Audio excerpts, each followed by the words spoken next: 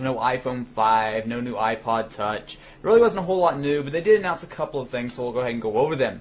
So the first and most important of which is the new iPhone 4S. I know we had been rumored that there would be a 4S. Most people, myself included, expected there would be a 5, above it naturally. But it turns out that there's going to be no iPhone 5 this year. In fact, we're going to be stuck with the 4S.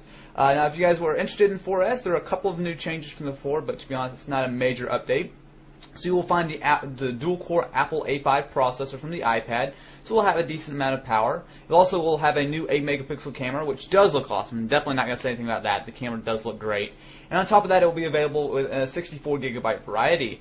Now, beyond that, there really wasn't a whole lot new. It still has basically the same design as the iPhone 4. There's no new teardrop design or anything like that. It will be available on AT&T, Verizon, as well as Sprint.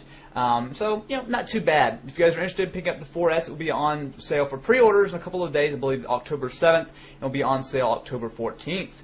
Now moving on, there was a new iPod Touch model, but again, it really wasn't that new. It was just the iPod Touch that we have today with a new color.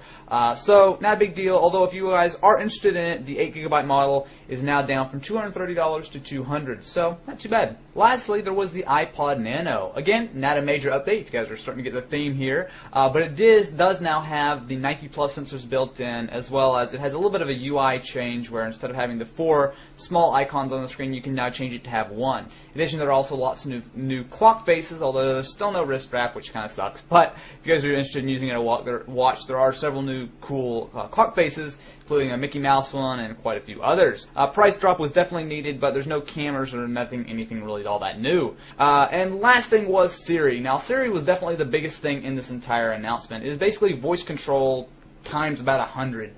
So what you can do is you can ask your iPhone or iPod Touch real actual questions like, do I need an umbrella today? Or, I don't know, what's the weather? Or what's 500 times 300? Or whatever. You can actually ask it some real questions instead of having to use, previous, you had to say, the actual words what change song to or whatever. You can actually just pretty much talk to it freely. Now, it does look like this is going to require data, so it's not going to be specifically on the 4S, which it is exclusive to. So if you guys are interested in it, I would highly be surprised if we don't have a jailbreak tweak out to get it on the older devices like the iPods and the iPhone. So guys, it's going to be about it. If you guys are interested in picking up the iPhone 4S, again, you'll be able to pick it up. Pre-order it October 7th. It will run pretty much the same pricing, so it'll be $200 for the 16GB model, $300 for the 32GB model, and $400 for the 64GB model. And again, all of those are on contract in the United States.